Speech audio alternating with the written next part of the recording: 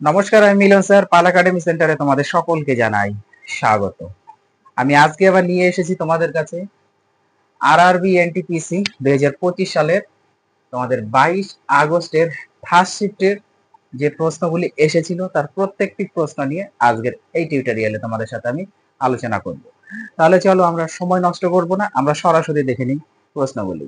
প্রথম প্রশ্ন একটু খেয়াল করো, দেখো কি বলেছে। বলেছে অনুচ্ছেদ 371 এ এর অধীনে বিশেষ মর্যাদা কাকে দেওয়া হয়েছিল? অনুচ্ছেদ 371 এ, ওকে, এর অধীনে বিশেষ মর্যাদা কাকে দেওয়া হয়েছিল? এই প্রশ্নের তোমাদের সঠিক অ্যান্সার হয়ে যাবে নাগাল্যান্ড। নাগাল্যান্ডকে দেওয়া হয়েছিল। তারপরের প্রশ্ন দেখো কি বলেছে। 2025 সালে প্রধানমন্ত্রী নীতি আয়োগ গভর্নিং কাউন্সিলের কোন অধিবেশনটির চেয়ারম্যান করেছিলেন? দেখো কি বলেছে, 2025 সালে প্রধানমন্ত্রী নীতি আয়োগ গভর্নিং কাউন্সিলের কোন অধিবেশনটির চেয়ারম্যান করেছিলেন? এই প্রশ্নের তোমাদের সঠিক অ্যান্সার হয়ে যাবে দশম গভর্নিং কাউন্সিল। দশম গভর্নিং কাউন্সিল, ওকে। তারপরের প্রশ্ন দেখো কি বলেছে। কোন শর্টকাট কমান্ড উইন্ডোজের মধ্যে সুইচ করতে ব্যবহৃত হয়? কোন শর্টকাট কমান্ড উইন্ডোজের মধ্যে সুইচ করতে ব্যবহৃত হয়ে থাকে? এই প্রশ্নে তোমাদের সঠিক অ্যান্সার হয়ে যাবে alt plus tab. Alt plus tab হচ্ছে এই প্রশ্নের তোমাদের সঠিক অ্যান্সার। তারপরের প্রশ্নটা কি বলেছে, মানব উন্নয়ন সূচকে ভারতের অবস্থান কত? মানব উন্নয়ন সূচকে ভারতের অবস্থান কত? এই প্রশ্নের সঠিক উত্তর তোমাদের 130। 130, ওকে।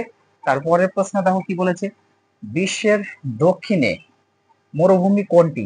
বিশ্বের দক্ষিণে মরুভূমি কোনটি?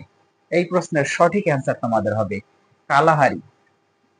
কালাহারি মরুভূমি হচ্ছে বিশ্বের দক্ষিণে। তারপরের প্রশ্ন দেখো কি বলেছে, কীর্তি প্রকল্প কখন শুরু হয়েছিল? কীর্তি প্রকল্প কখন শুরু হয়েছিল? এই প্রশ্নের সঠিক অ্যান্সার তোমাদের 2025 সালে।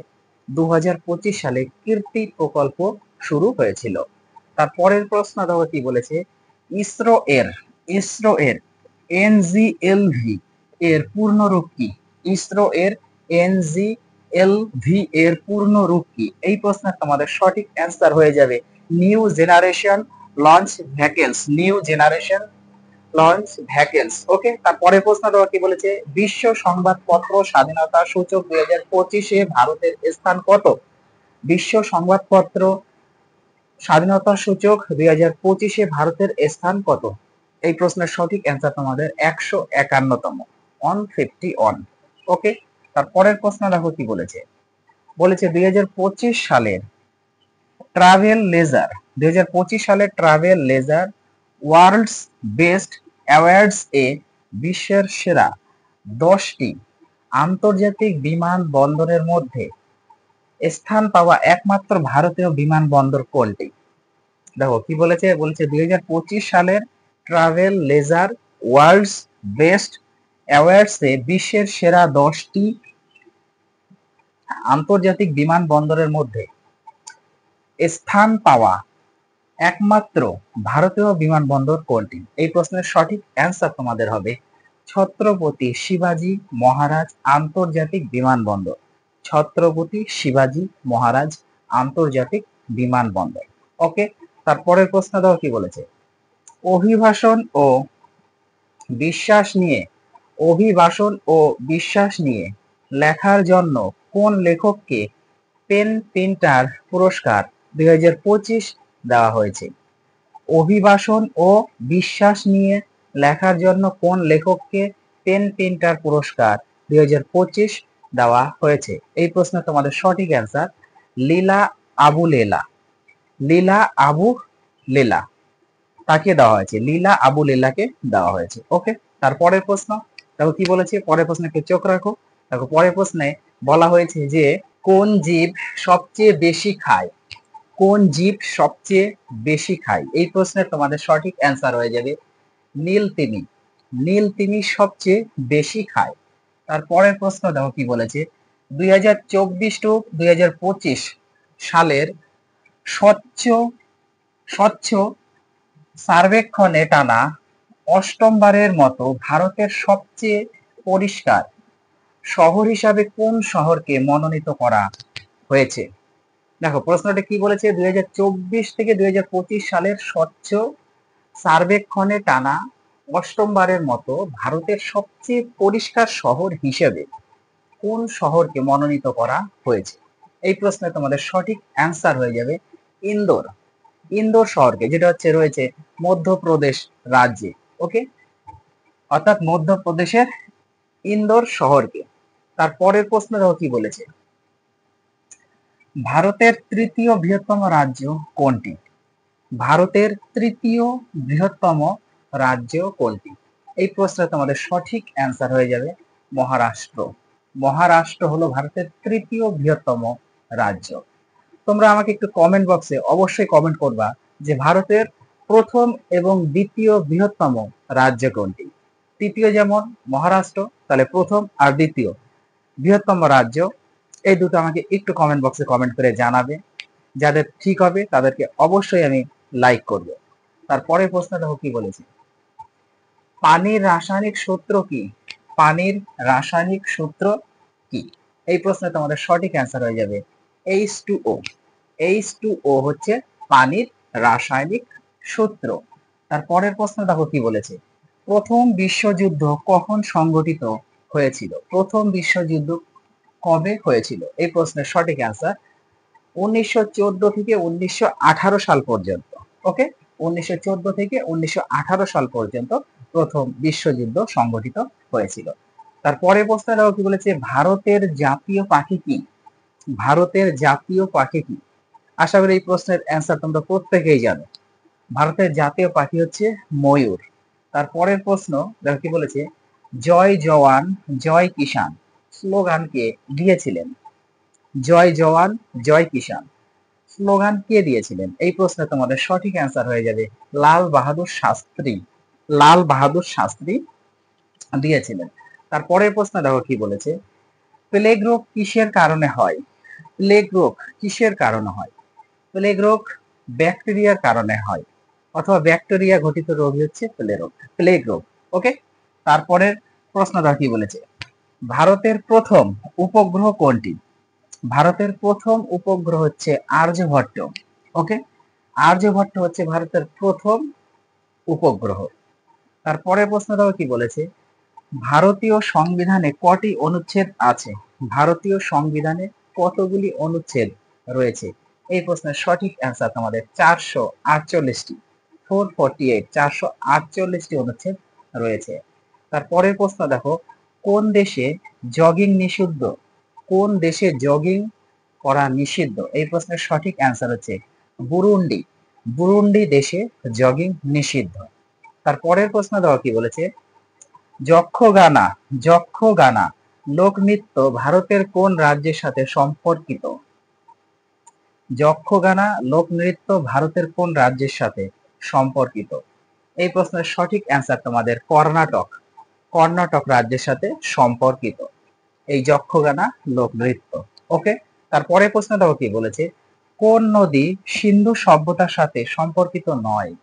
কোন নদী সিন্ধু সভ্যতার সাথে সম্পর্কিত নয়? এই প্রশ্নের তোমাদের সঠিক অ্যান্সার হয়ে যাবে গোদাবরী নদী। গোদাবরী নদী সিন্ধু সভ্যতার সাথে সম্পর্কিত নয়। ক্লিয়ার? তার পরের প্রশ্ন দেখো কি বলেছে, পরের প্রশ্নে একটু চোখ রাখো। দেখো পরের প্রশ্নে বলা হয়েছে যে প্রধানমন্ত্রী শ্রী নরেন্দ্র মোদী বিশ্ব স্বাস্থ্য পরিষদের ৭৮তম অধিবেশনে কোথায় ভাষণ দিয়েছিলেন? দেখো প্রশ্নটি কি বলেছে, বলেছে প্রধানমন্ত্রী শ্রী নরেন্দ্র মোদী বিশ্ব স্বাস্থ্য পরিষদের ৭৮তম অধিবেশনে কোথায় ভাষণ দিয়েছিলেন? এই প্রশ্নের তোমাদের সঠিক অ্যান্সার হচ্ছে জেনেভাতে। তিনি জেনেভাতে ভাষণ দিয়েছিলেন। তারপরের প্রশ্ন দেখো কি বলেছে, একাদশ শতাব্দীর গোড়ার দিকে পাল রাজা প্রথম মহিপালকে পরাজিত করে গঙ্গা নদী পার হওয়ার অভিযানে কোন দক্ষিণ রাজবংশ নেতৃত্ব দিয়েছিলেন? দেখো কি বলেছে, একাদশ শতাব্দীর গোড়ার দিকে পাল রাজা প্রথম মহিপালকে পরাজিত করে গঙ্গা নদী পার হওয়ার অভিযানে কোন দক্ষিণ রাজবংশ নেতৃত্ব দিয়েছিলেন? এই প্রশ্নের তোমাদের সঠিক অ্যান্সার চোল রাজবংশ। চোল রাজবংশ হচ্ছে সঠিক অ্যান্সার। তারপরের প্রশ্ন দেখো কি বলেছে, জনসাধারণের অংশগ্রহণের ক্রমবর্ধমান ক্রমে পঞ্চায়েতি রাজ প্রতিষ্ঠান গুলি কে সাজান? জনসাধারণের অংশগ্রহণের ক্রমবর্ধমান ক্রমে পঞ্চায়েতি রাজ প্রতিষ্ঠানগুলি কে সাজান? এই প্রশ্নে তোমাদের সঠিক অ্যান্সার হয়ে যাবে পঞ্চায়েত সমিতি। পঞ্চায়েত সমিতি সাজিয়ে থাকে। তারপরের প্রশ্ন দেখো, 371 ক ধারার অধীনে কাকে বিশেষ মর্যাদা দেওয়া হয়েছিল? 371 ক ধারার অধীনে কাকে বিশেষ মর্যাদা দেওয়া হয়েছিল? এই প্রশ্নের তোমাদের সঠিক অ্যান্সার হয়ে যাবে নাগাল্যান্ড। নাগাল্যান্ডকে দেওয়া হয়েছিল। তারপরের প্রশ্ন দেখো কি বলেছে, কার্তিক আরিয়ানকে কোন চলচ্চিত্রের জন্য 2025 সালের আইআইএফএ পুরস্কারে পুরস্কৃত করা হয়েছিল? কি বলেছে, কার্তিক আরিয়ানকে কোন চলচ্চিত্রের জন্য 2025 সালের আইআইএফএ পুরস্কারে পুরস্কৃত করা হয়েছিল? এই প্রশ্নে তোমাদের সঠিক অ্যান্সার হয়ে যাবে ভুল ভুলাইয়া। ভুল ভুলাইয়া হচ্ছে সঠিক অ্যান্সার। তারপরের প্রশ্ন দেখো কি বলেছে, ভারতের 8টি প্রধান শিল্প খাত, ভারতের 8টি প্রধান শিল্প খাত শিল্প উৎপাদন সূচকে অন্তর্ভুক্ত পণ্যের ওজনের কত শতাংশের জন্য দায়ী?